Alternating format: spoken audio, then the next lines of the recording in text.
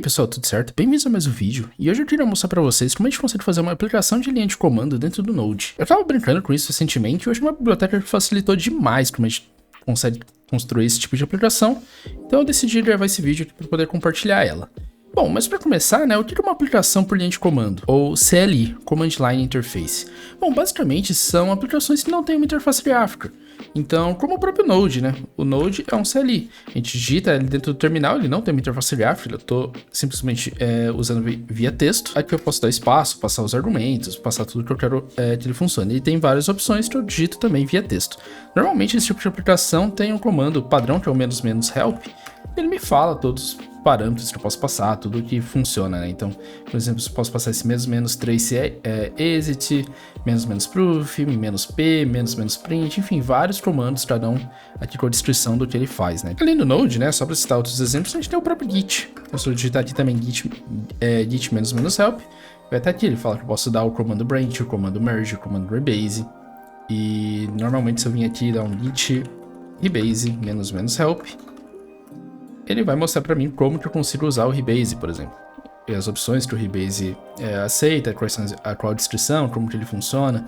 Então, esse tipo de aplicação que a gente vai construir aqui agora. Então, para isso, eu estou aqui numa pasta vazia, né? Vamos inicializar ela com o Node. Para fazer isso, a gente vai rodar o comando npm init. E por sinal, né, o npm init, ele é um CLI, ele é uma aplicação por linha de comando. Então, se eu digitar aqui, por exemplo, init menos help, ele vai aqui me falar como que esse cara funciona e quais são as opções, né, que eu posso passar para dentro dele. Inclusive o menos y, que eu estou passando aqui agora, é basicamente para ele aceitar todas as perguntas por padrão. Eu não quero me preocupar em ter que responder qual é o nome do projeto, qual a versão e blá blá blá blá blá. Beleza? Então, rodado aqui o npm init, ele vai criar para mim um package.json, né, bem padrão do Node. Bom, então a biblioteca que a gente vai estar usando para fazer a nossa aplicação por linha de comando vai ser o cara que chama commander.js.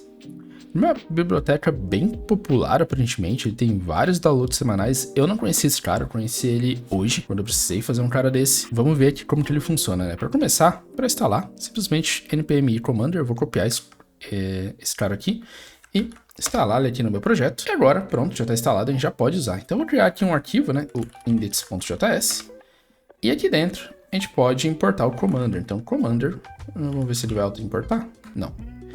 Então, const require commander. E aqui dentro eu vou importar o cara que chama... Então, a gente vai importar o cara que chama o programa. Beleza, então aqui a gente já consegue começar a configurar o que o nosso programa vai fazer. Então, programa.name, posso falar o nome aqui do meu programa, então, teste, por exemplo. Posso dar aqui para ele uma descrição.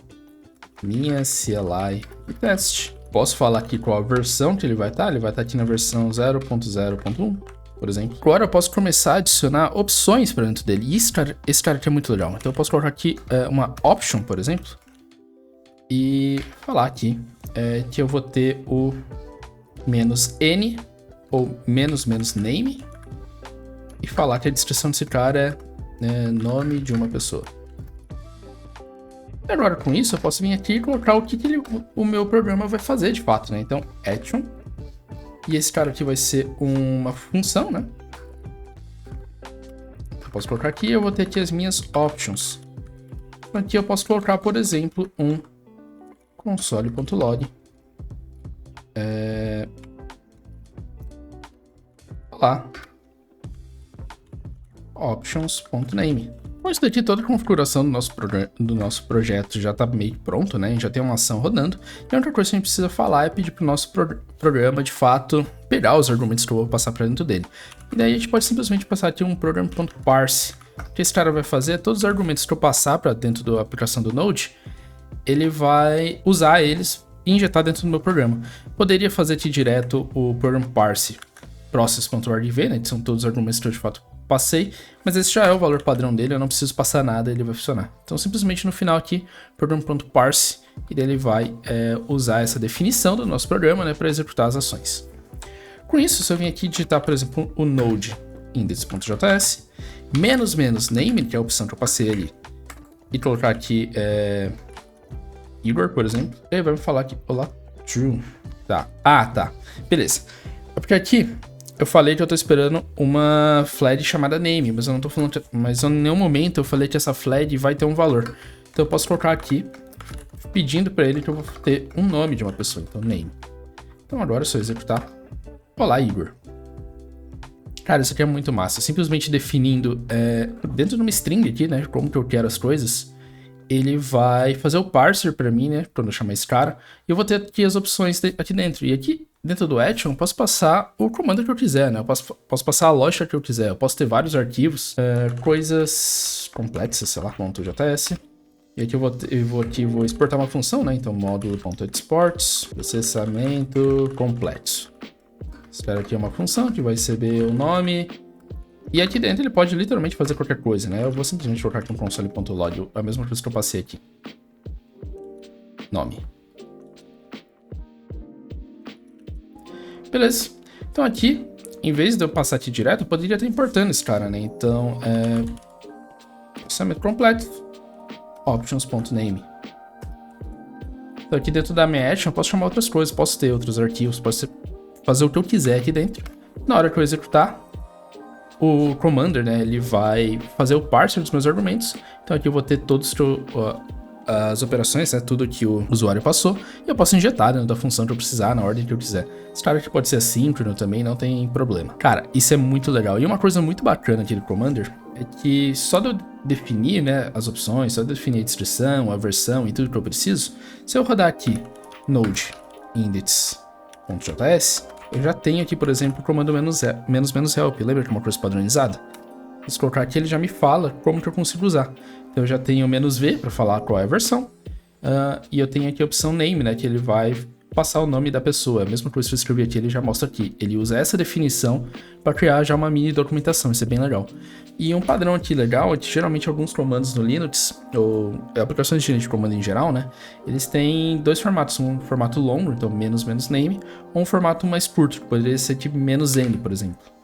Eu posso passar aqui -n, vírgula, -name, então qualquer um dos dois vai funcionar para a mesma opção.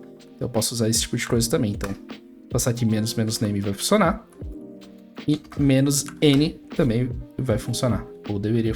eu não salvei o arquivo, então vamos lá. -n vai funcionar, e -name também vai funcionar. Só uma curiosidade, né? Normalmente quando a gente vai usar um comando só por uma linha, só por uma letra, a gente passa menos e a letra, e quando a gente vai usar o comando estendido é sempre menos, né?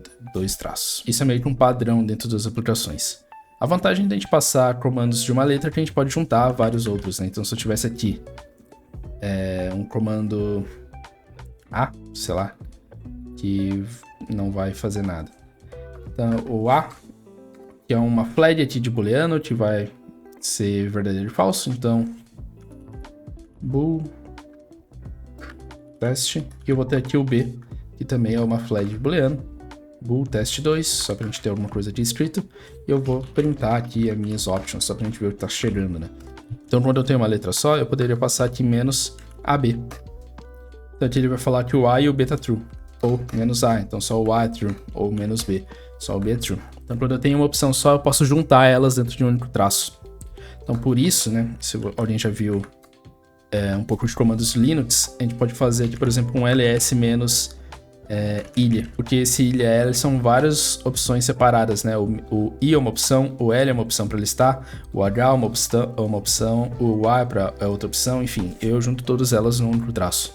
E o Commander já faz isso pra gente sem a gente precisar se preocupar com nada disso, isso é bem bacana. E para finalizar aqui, né, vamos ver outro negócio que é bem bacana que a gente pode fazer aqui também, a gente pode executar esse nosso projeto como se ele fosse um executável mesmo, né? Então a gente pode vir aqui no package.json e eu vou passar aqui dentro uma chave chamada bin. E aqui ele vai ser um objeto, né? Onde ele vai ter o nome do meu executável, que pode ser aqui test.cli, e qual o arquivo que ele tem que executar quando eu chamar o comando test.cli. E o arquivo que ele vai executar é o index.js. Com isso daqui, sempre que eu executar o test.cli, né? Eu instalo a minha aplicação, eu posso subir esse cara aqui depois para um npm da vida e instalar ele globalmente. Quando eu executar o test.cli, ele vai executar, na verdade, o arquivo index.js. E como que a gente testa isso, né? Como que a gente instala esse cara localmente? A gente pode usar aqui o comando npm-link. O que esse comando vai fazer? Ele vai instalar essa minha aplicação globalmente da minha máquina, né? Seria como se eu estivesse baixando lá de um repositório de terceiro, como o próprio npm. mas ele ainda tá aqui local para eu poder testar o meu desenvolvimento, né? Então eu vou rodar aqui o npm link, olha, adicionou um novo pacote. Então agora, se eu executar o teste.cli, ele me deu um erro. Por que ele me deu um erro? Ele não sabe como ele vai executar. Aqui, antes eu estava executando com o próprio Node, né? Então eu estava falando Node, index.js, blá blá blá. Quando eu passei ele para se transformar no executável, eu preciso falar para o sistema operacional, preciso falar para o cara que vai executar isso com o que ele deveria executar. Então, basicamente, aqui a gente só vai colocar uma outra linha aqui na frente, informando para quem for executar isso, como ele deveria executar. E é basicamente passar aqui que, quando ele for executar isso, eu quero que ele execute usando o Node.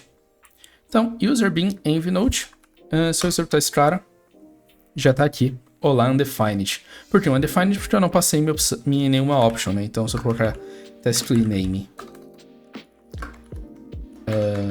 nem precisa aspas, né, na verdade. Igor. Olá, Igor. E aqui eu já estou vendo que nas minhas options eu tinha o name igual Igor. Se eu passar aqui AB de novo, né, vai funcionar. Se eu passar aqui um C, ele vai já me dar um erro aqui por padrão, né? Eu não tenho essa option C, ela não funciona. Cara, ele é muito completo, esse cara, ele é bem bacana mesmo. Beleza, então o vídeo vai ficando por aqui. É um vídeo mais simples, eu só queria compartilhar com vocês essa aplicação do Commander, né? A gente consegue fazer muito mais coisas do que simplesmente só passar option. A gente também consegue passar argumentos aqui, né? Então, por exemplo, eu poderia ter aqui um argumento name no lugar de passar isso uma option, né? Porque daí quando eu passo o argumento, ele seria uma coisa obrigatória, né? Então, nome. Daí eu não teria essa option name. Então aqui no lugar eu teria aqui na frente o nome. E daí a minha option, né? Beleza. Daí eu executaria sem ser o menos name, né? Eu passaria direto test clean Igor. Olá, Igor. Funcionaria assim também. Mas enfim, esse cara, além de argumentos de option, ele tem muita coisa e a documentação dele é bem bacana, tá? Você pode passar options obrigatórias, pode passar valores padrões para option. Então vale a pena dar uma olhada. O link do site do NPM desse cara vai estar aqui na descrição, mas tu acha bem facinho aí no Google. E é isso, espero que tenham gostado do vídeo, obrigado a todos que assistiram até aqui. Deixa aí no comentário se você conhecia essa ferramenta ou não, ou se você tem outras dicas bacanas para compartilhar. E até a próxima.